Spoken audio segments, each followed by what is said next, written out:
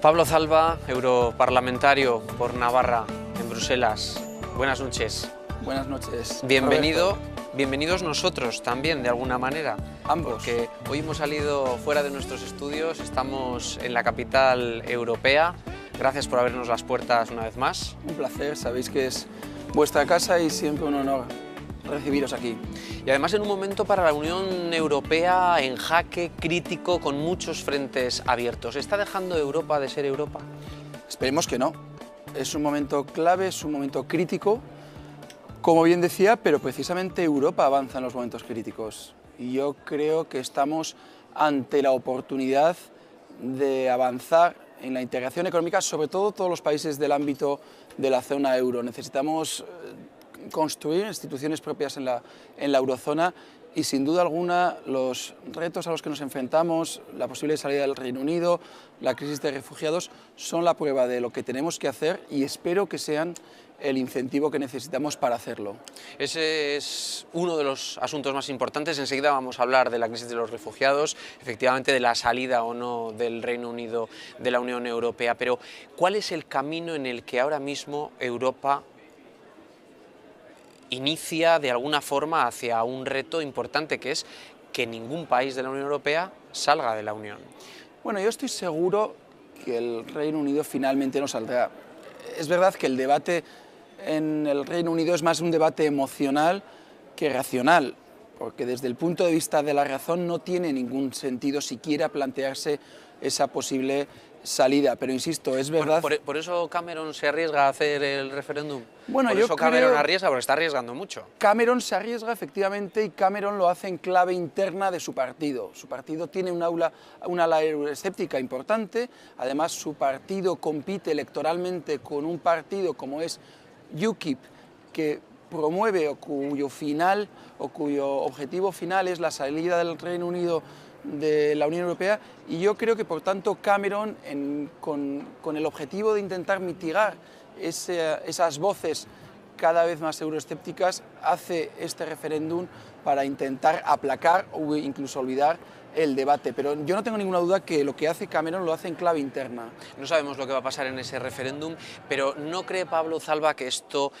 para los movimientos euroescépticos, que en España los hay y parece que cada vez hay más voces en contra de la Unión Europea, esto es darle alas también? ¿O esto es un debate sano y de esto hay que hablar de vez en cuando y cada cierto tiempo en los países que formamos parte de la Unión? Bueno, yo creo que todo debate es sano, todo referéndum incluso es sano, todo lo que sea dar voz a los ciudadanos es sano, eso yo creo que nadie lo puede negar, o nadie en su sano juicio.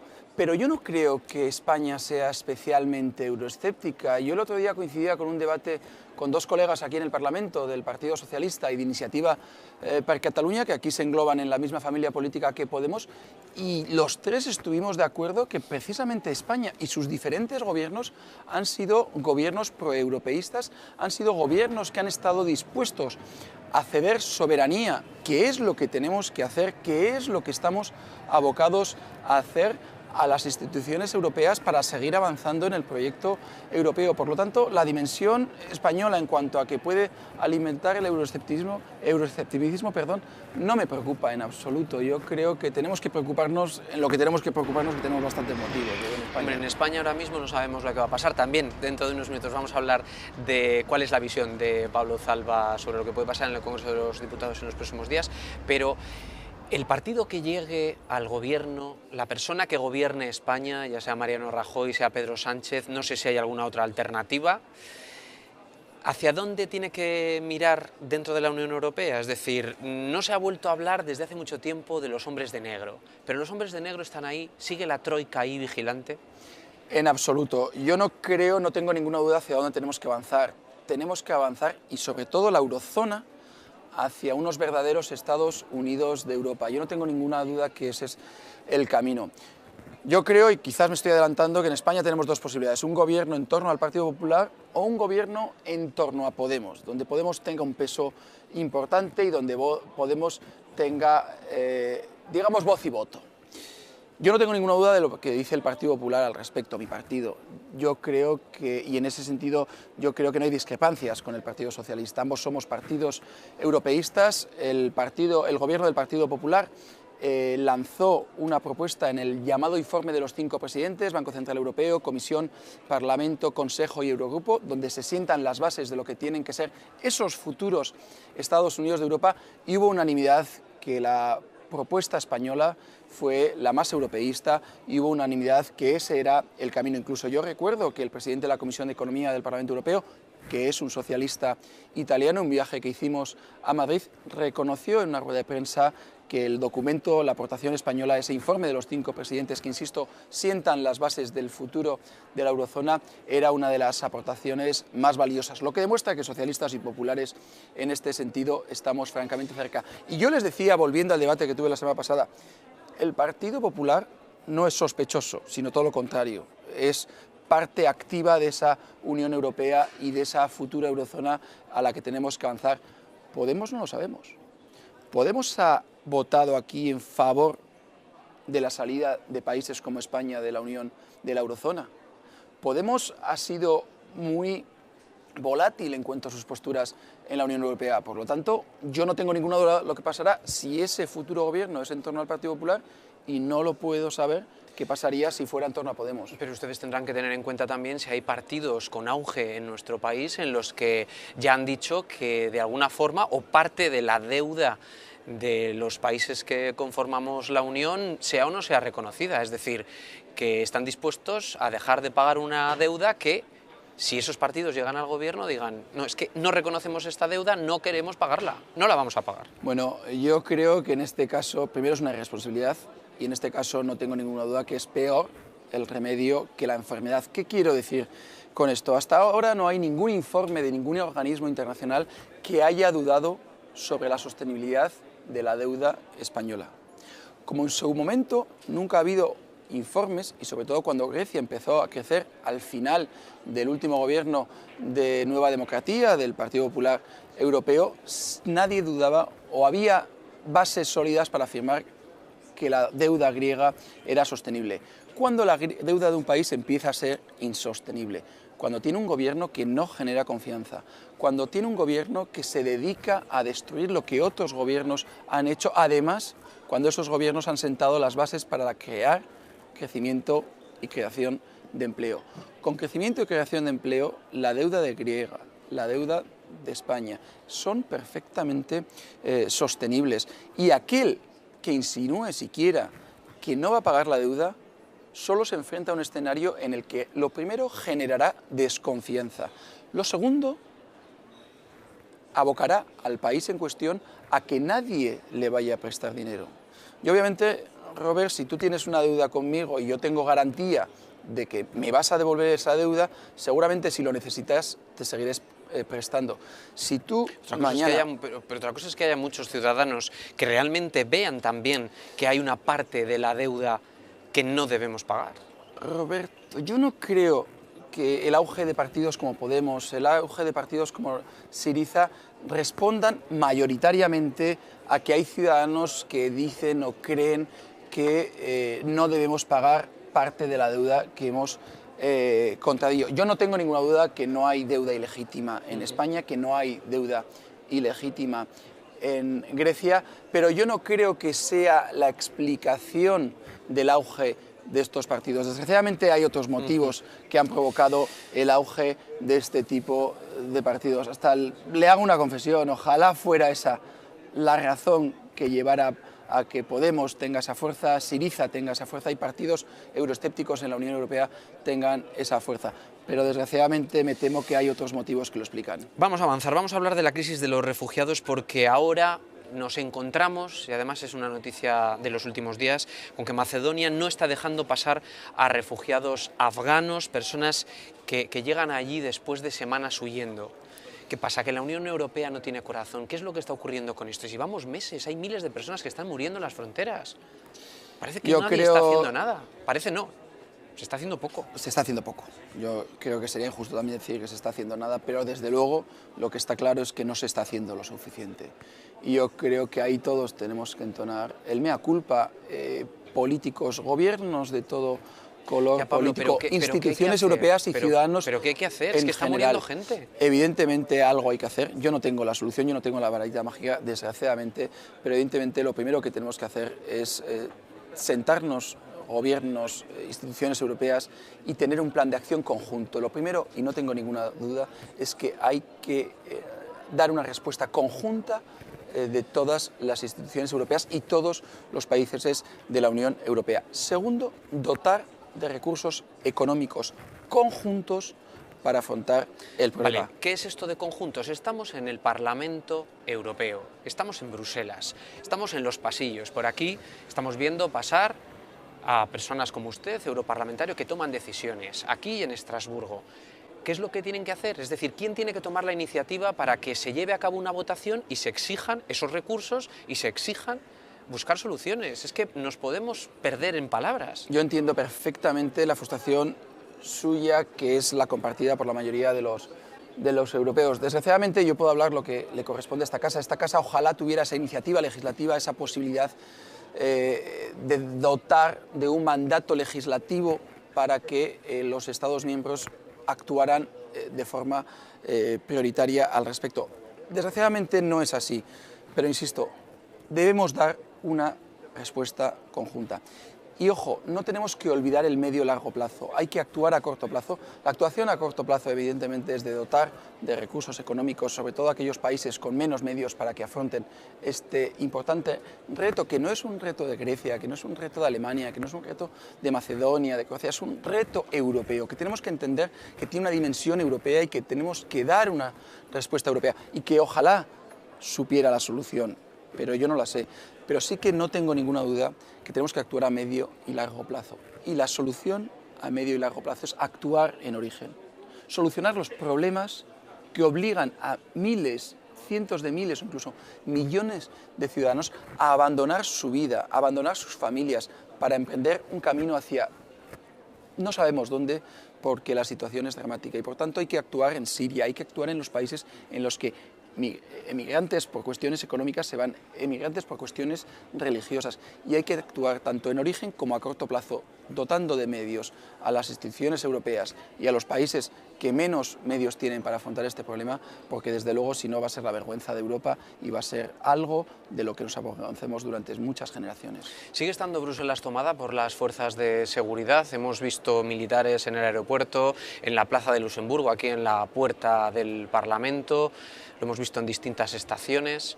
Es verdad que uno al final se habitúa a la presencia de militares, pero es verdad que la capital europea está con una presencia importante, ya no de policías, sino de cuerpos militares por toda la ciudad. Sí que es verdad que Bélgica ha tenido la suerte de no enfrentarse a un problema de terrorismo como lo hemos sufrido desgraciadamente en nuestro país, y por lo tanto seguramente no estuviesen sus cuerpos y fuerzas de seguridad tan preparados como pueden estar en nuestro país. Eso les ha obligado obviamente a buscar alternativas, en este caso la presencia militar por las calles de Bruselas, y es habitual encontrar presencia militar en cualquier calle de Bruselas, en las instituciones europeas si cabe con más medios y más personal. Pero desgraciadamente es a lo que nos acostumbramos. ¿Y cuáles son las medidas que se tienen que tomar desde aquí, desde Bruselas? ¿O es más bien actuar en origen pues la solución?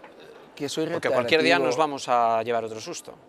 Yo, perdona que sea reiterativo, yo creo que también a este nivel hay que colaborar más. Los servicios secretos de los países de la Unión Europea tienen que actuar de forma conjunta, los servicios policiales tienen que coordinarse muchísimo mejor. No puede ser que un terrorista que sufrió un seguimiento de París a Bruselas, que en Bruselas se le hizo ese seguimiento, al final se haya escapado. Fallos los tenemos todos, fallos, la condición humana va unida a ello, pero yo creo que esos fallos deben ser también la oportunidad para actuar conjuntamente. No podemos permitir. Y luego también pensar qué hemos hecho mal para que jóvenes, no tan jóvenes europeos, es verdad, con un origen familiar en países árabes y que han vivido cómodamente en la Unión Europea, en Bruselas, en París, de un día para otro deciden alistarse al ISIS, deciden alistarse al Daesh y emprender esa cruzada que nos parece una locura, pero que está pasando en gente que se ha educado en Europa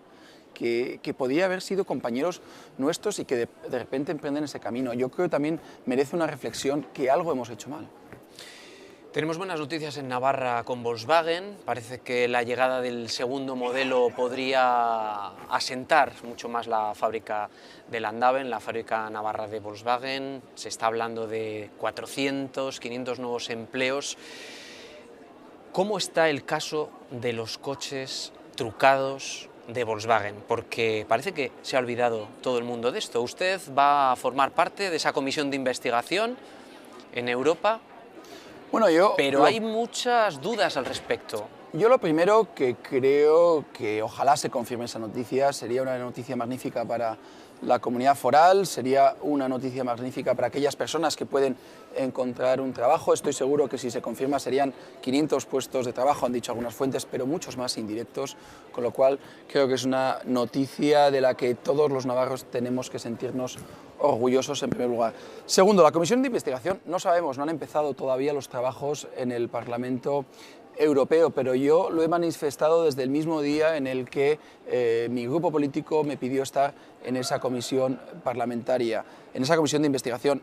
Creo que tenemos que ser rigurosos, creo que no tenemos que prejuzgar, creo que no tenemos que llegar a conclusiones precipitadas porque hayamos leído determinadas cuestiones en un medio de comunicación o hayamos escuchado... Altos cargos de Volkswagen han dimitido. Por supuesto, y con lo cual tendrán que asumir habrá sus responsabilidades. Y nosotros, a lo que voy, es que tenemos que llegar a la verdad o intentar llegar a la verdad de ese asunto desde el rigor, insisto, y sin prejuzgar. Yo no tengo ninguna duda que estoy seguro que Volkswagen estará encantado de colaborar, siempre lo ha hecho con esta casa y ahora más que nunca, y serán los primeros interesados de que esta comisión de investigación saque a relucir toda la verdad. En ese sentido, yo sí que estoy tranquilo porque creo que a todos, primero a esta casa, pero también al grupo Volkswagen le interesará llegar hasta el final de este asunto.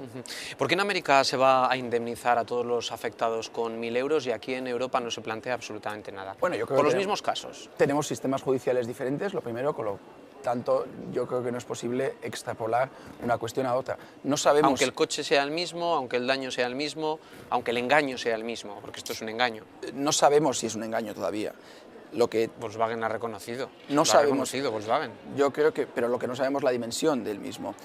No sabemos si en Europa se va a indemnizar o no. Sabemos lo que ha pasado en Estados Unidos, pero no sabemos si en la Unión Europea se va a emprender ese mismo camino, se va a emprender otro camino o no. Yo lo que puedo garantizarle es que desde el Parlamento Europeo, en lo que a mí respecta, vamos a trabajar para desde el rigor llegar hasta el final de este asunto. Y no nos olvidemos de la dimensión estadounidense del asunto. Aquí hay algunos entes que sí que estarían interesados en demonizar la industria del diésel, de la que Europa es pionera, de la que Europa es líder a nivel mundial y de la que hasta ahora nos ha demostrado que sea más contaminante que otras formas como puede ser la gasolina. Y por lo tanto aquí puede haber ciertos intereses por parte de otras potencias, incluido también países asiáticos, en demonizar una industria en la que Europa, insisto, ha sido pionera y es líder. Ojo, no nos peguemos un tiro en el pie. Industria dice ahora que podría tardar todo el año para medir la contaminación de los 30 coches más vendidos en España, pero claro, si cambia la legislación, los vendedores dicen que el diésel podría encarecerse. Están hablando de cantidades entre 600, 1.300 euros. Pase lo que pase, consecuencias buenas precisamente no va a haber. Bueno, tenemos un insisto, agujero, pero tenemos un agujero en este tema de la contaminación de los vehículos. Yo creo que tenemos que ser muy rigurosos. ¿Y por qué tenemos que ser rigurosos? Insisto, la industria lo ha dicho el Ministerio, automovilística europea se basa fundamentalmente en el diésel. Representa miles de millones de empleos y obviamente una parte importante del Producto Interior Bruto. No podemos caer en cantos de sirena que pretenden demonizar un tipo de motor que, insisto, sin ser un experto, parece que no contamina más que otros motivos.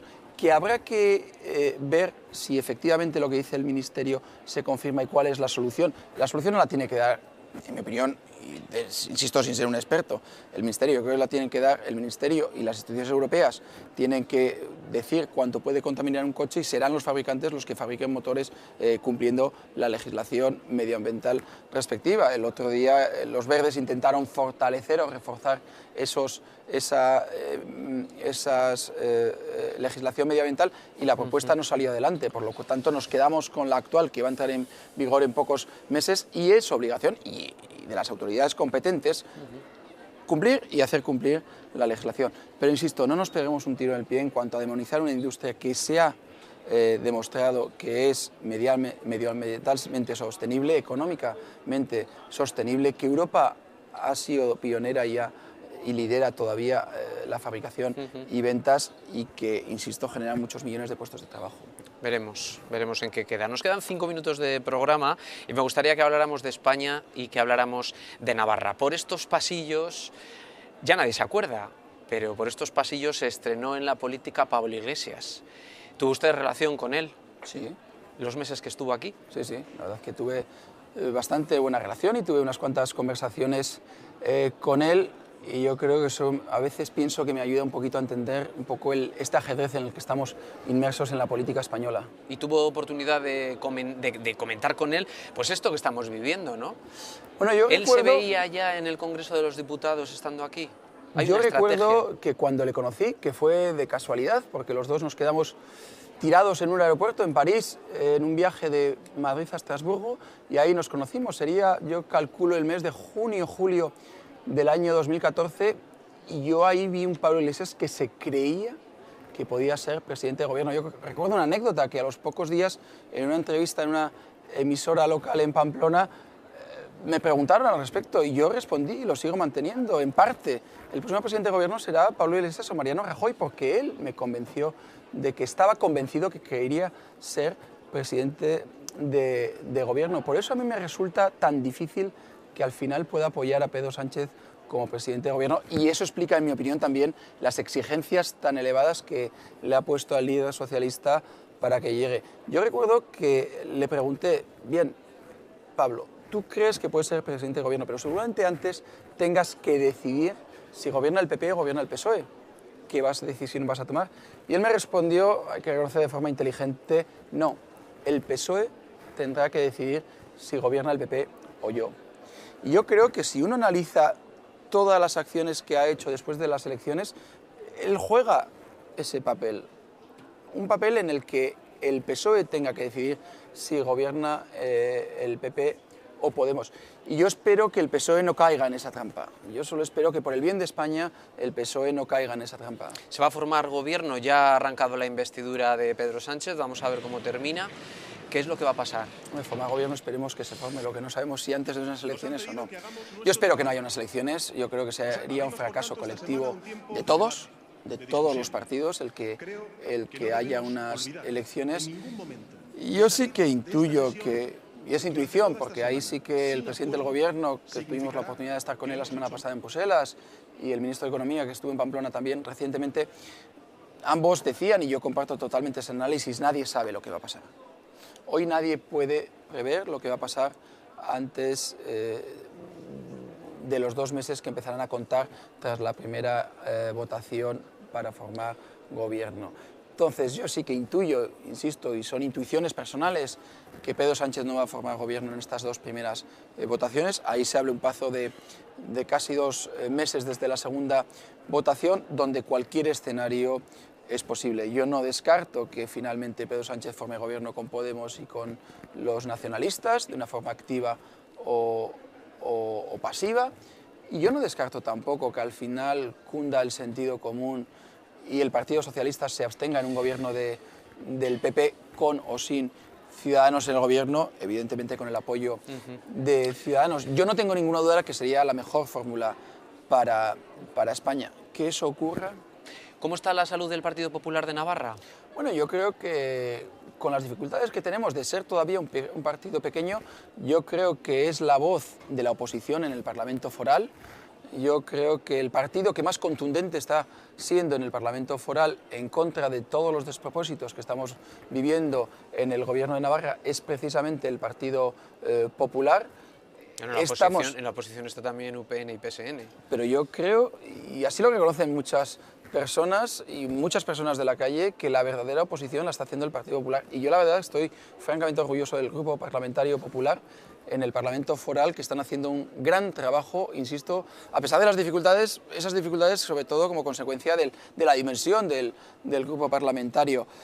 Y yo creo que a nivel partido estamos satisfechos, estamos renovando juntas locales, creando juntas locales y lo que más importante, estamos aumentando afiliación, estamos haciendo un esfuerzo ingente en aumentar afiliación y ahí están los resultados. Yo le puedo asegurar que cada nuevo afiliado lo celebro como si fuera una gran fiesta y últimamente le puedo asegurar que estamos aumentando afiliación y yo creo que es motivo, en parte consecuencia de los ataques injustos que estamos sufriendo y es motivo de que algo estaremos haciendo bien.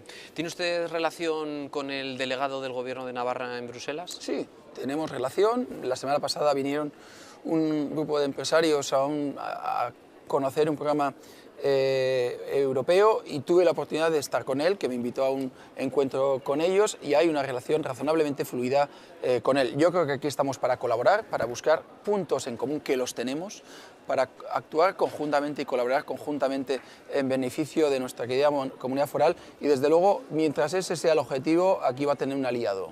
¿Relación con la presidenta del Gobierno de Navarra y con esto terminamos? También ¿La tiene? ¿Es cordial? ¿Le dice las verdades? ¿Le dice pues yo creo que le digo las verdades. Y le digo las verdades que le digo en público y se las reitero en privado. Yo creo que con Bildu no va a ninguna parte. Yo creo que Bildu es un lastre, que Navarra es imposible que afronte los retos económicos que tiene, y son muchos, con un partido como Bildu en el gobierno. Yo espero y deseo que cuando se confirme la buena noticia de Volkswagen, que ojalá sea poco, no nos impida seguir trabajando en los importantes retos económicos que tenemos. Tenemos que diversificar nuestra economía, tenemos que atraer inversión, tenemos que apostar por sectores estratégicos como el sector agroalimentario y para ello sabemos lo que necesitamos. Cualquiera que visite cualquiera de las empresas que hay en el sector agroalimentario en la Ribera de Navarra, todas le explican a uno lo mismo. Nosotros necesitamos materia prima, necesitamos zanahorias, necesitamos verduras, necesitamos cuanto más tengamos, más podemos producir. No tenemos un problema de demanda, tenemos un problema de oferta y para eso ¿qué necesitamos? Hectáreas de regadío. ¿Y cómo los obtenemos? Con el Canal de Navarra. Pablo Zalba, europarlamentario navarro del PP, gracias por habernos invitado, gracias por habernos esta puerta Ha sido a la capital europea. Muchísimas gracias. Buenas noches. Gracias.